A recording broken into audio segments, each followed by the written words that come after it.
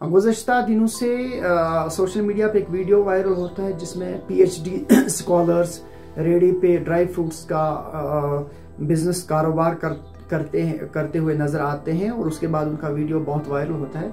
उस वीडियो के वायरल होने के बाद सोशल मीडिया पे बड़ी बहस हुई। बहुत सारे जर्नलिस्ट ने हिस्सा लिया इस बहस में। मस्बत और मनफी दोनों पहलू सामने आए, कुछ पॉजिटिव कमेंट्स आए, कुछ नेगेटिव कमेंट्स आए। तो मजमूई तौर पे इस सारे मंजरनामे को, इस सारी सूरत हाल को देखने के बाद मेरे जहन में कुछ सवाल पैदा हुए। पहला सवाल यह है कि क्या हमारा निज़ाम तालीम इतना नाकिस है कि वो तालीम एक फर्द को, एक इंसान को तालीम देने के बाद भी ये नाउमीदी से नहीं निकल पाता? क्या हमारी तालीम में इतना नुक्स है कि एक नौजवान आला तालीम हासिल करने के बाद भी उससे रोना पड़ता है, उसको तड़पना पड़ता है, तरसना पड़ता है, अपनी ज़िंदगी की मामूली जो ज़रूरियात होती हैं उनको पूरा करने के लिए इतना स्ट्रगल, इतनी जद्दोजहद करनी पड़ती है? पहला सवाल। दूसरा सवाल मेरे जहन में यह पैदा हुआ कि क्या हुकूमत वक्त इन तालीम याफ्ता नौजवानों को रोजगार देने में नाकाम हो गई है? क्या इन तालीम याफ्ता नौजवानों को, आला तालीम याफ्ता नौजवानों को एकोमोडेट करने में नाकाम हो गई है? तीसरा सवाल मेरे जहन में यह पैदा हुआ, अगर ये भी नहीं है, हमारा तालीम निज़ाम भी नाकिस नहीं है, हमारा तालीमी निज़ाम भी नाउम्मीद अफराद को पैदा कर, जिनकी सोच नाउम्मीदी पे मबनी है, जिनकी फिक्र मनफी है, जिनको रोना पड़ रहा है, और क्या हुकूमत वक्त नाकाम होगी इनको एकोमोडेट करने में?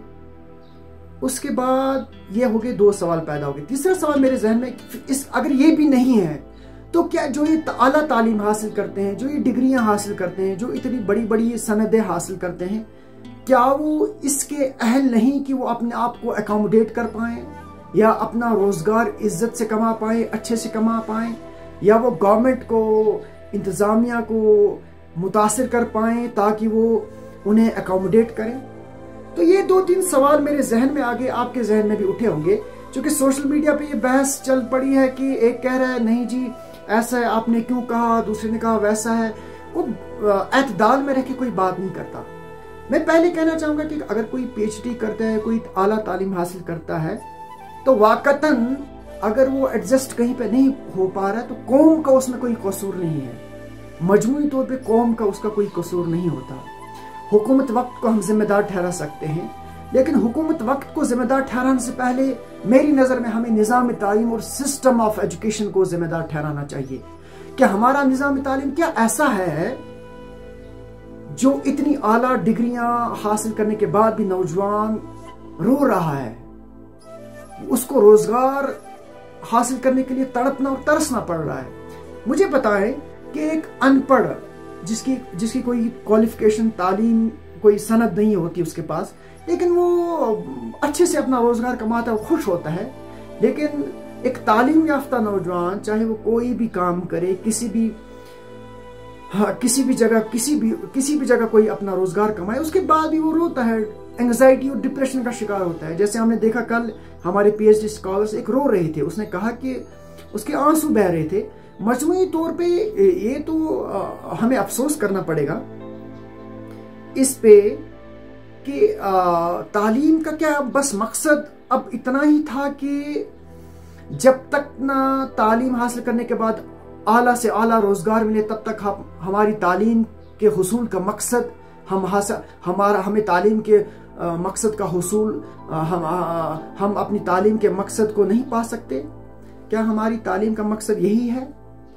मजमूई तौर पे जब हम इस सारे मंजरनामे को देखते हैं तो यहाँ पे ये समझ आ रहा है कि जो निज़ाम तालीम है, आज का निज़ाम तालीम है, प्रेजेंट सिस्टम ऑफ एजुकेशन है, इसने हमारे नौजवानों में नाउमीदी पैदा कर दी है। उसके बाद जो सिस्टम है, जो बाकी पॉलिटिकल सिस्टम है, जो यहाँ का एडमिनिस्ट्रेटिव सिस्टम है, उसकी वजह से भी नौजवान तो मायूस हो जाते हैं, नौजवान मायूस हो गए हैं। लेकिन जब देखते हैं इसकी जो बुनियाद है वो निज़ाम तालीम है। मैं आपको ये बता दूं कि जब भी आज की तारीख में कोई तालीम हासिल करता है कि उसके सामने एक उस्ताद भी वालिदीन भी, सिस्टम भी और एक माशरा भी ये लेके उसके साथ ये उम्मीदें बांधता है, बल्कि उसके अंदर जहन में ये बिठा देता है कि आपको किसी भी सूरत में तालीम हासिल करके गवर्नमेंट जॉब हासिल करनी है या रोजगार कमाना है, या जो जितनी आला तालीम हासिल करेगा वो उतनी दौलत कमाएगा, वो उतना बड़ा दौलतमंद हो जाएगा, वो उतना बड़ा बिजनेसमैन बनेगा, वो उतना बड़ा गवर्नमेंट मुलाजिम बनेगा।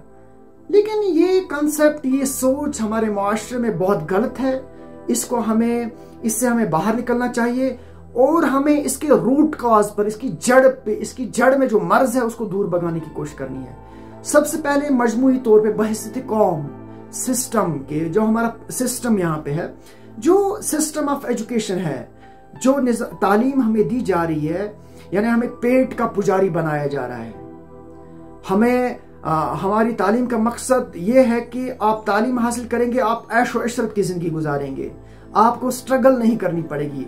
ये जो सिस्टम है, ये जो सोच है, ये जो ख्याल है, ये बिल्कुल गलत है। इससे हमें अपनी कौम के नौजवानों को निकालना होगा। हमें पहले ये बताना होगा कि निज़ाम तालीम का मकसद, ये तालीम हासिल करने का मकसद महज नौकरी नहीं है, बिजनेस नहीं है।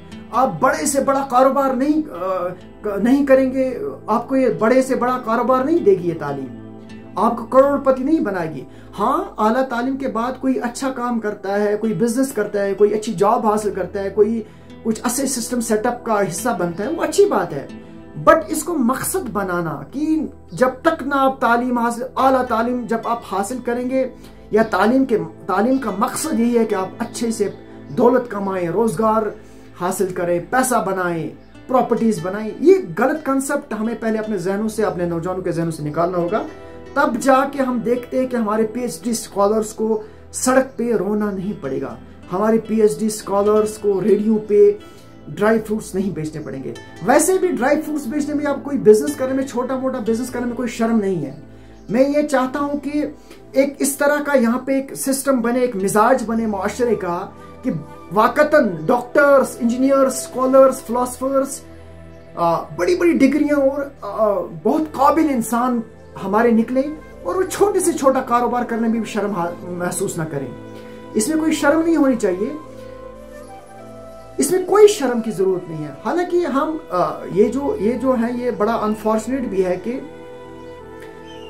जो हुकूमत वक्त है वो इन सारे स्कॉलर्स को, आला तालीम याफ्ता को, जो स्किलफुल है, जिनके अंदर कैपेसिटी है, कैपेबिलिटी है, जिनके अंदर सलाहियत है, उनको अकोमोडेट नहीं कर पाती। अनफॉर्चुनेट है हमारे ये। हम देखते हैं कि बेरोजगारी उरूज पे है।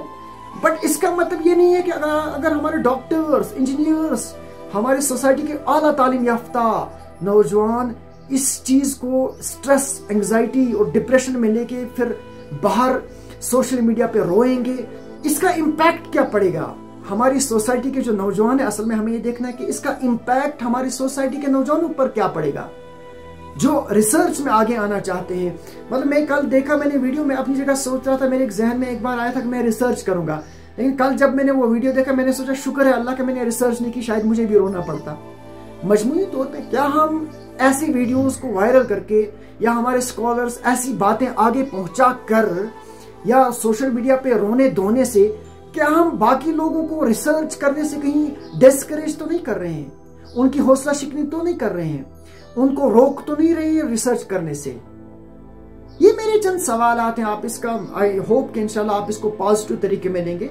बाकी मेरी हमदर्दियां उनके साथ है। मुझे ये भी मालूम है कि अनफॉर्चुनेट है कि हमारा सिस्टम, हमारा पॉलिटिकल सिस्टम, हमारा जो एजुकेशन सेटअप है, सिस्टम है, हमारी जो हुकूमत है, ये इन आला तालीम याफ्ता नौजवानों को रोने पे, रेड़े पे, ड्राई फ्रूट बेचने पे, गलियों चौराहों पे ये रोजगार कमाने के लिए मजबूर कर रही है। इनको अकोमोडेट नहीं कर पा रहे हैं, इनके लिए एवेन्यूज और इनके लिए जराए और वसाइल मुहैया पैदा नहीं कर रहे, जिसकी वजह से हमारी सोसाइटी, हमारे माशरे का यह हाल हो गया है। लेकिन इसका मतलब ये नहीं है कि अगर सिस्टम, हुकूमत, पॉलिटिकल सिस्टम, निजाम, तालीमी निजाम ऐसा है, इतना भयानक है, इतना खतरनाक है, या इतना जो है वो इतना नाअहल सिस्टम है, इसका ये मतलब नहीं है कि हम तालीम हासिल करके पूरी कौम को नाउमीदी और डिस्करेज कर दें, उनकी हौसला शिकनी कर दें। ऐसा नहीं होना चाहिए। आई होप कि इंशाल्लाह आपको मेरी ये बात समझ आई होगी।